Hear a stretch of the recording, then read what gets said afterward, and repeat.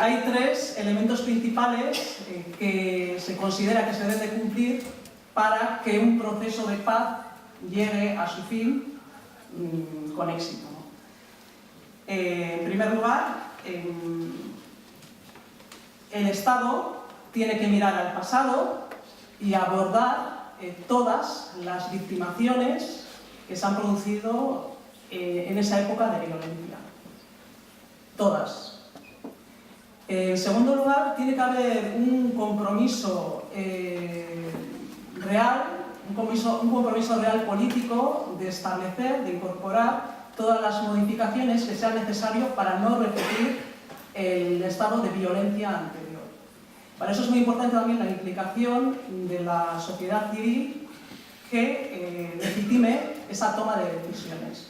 Por lo tanto, un compromiso político de todo el arco existente. Y en tercer lugar, el Estado o las instituciones tienen que garantizar procesos de resolución de problemas que sean importantes para esa sociedad. Problemas nucleares, como puede ser, en nuestro caso, pues, la territorialidad, ¿no? Las controversias sobre la territorialidad. Bueno, yo aquí, claro, voy a pasar rapidísimo porque no tengo tiempo, pero sobre lo de mirar,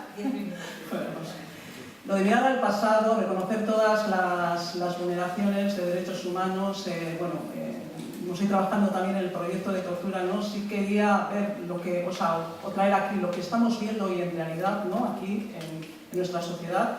La parte de arriba serían las vulneraciones, responsabilidades de ETA.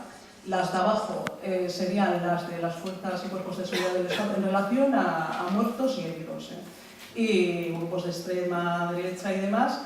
Y el ejemplo, ¿no?, que pretende la justicia transicional, pues tenemos que verlo todo, ¿no? Tenemos que ver también, por ejemplo, en este caso, las víctimas de torturas, tratos inhumanos y degradantes, ¿no? Bueno, ese es un poco el concepto.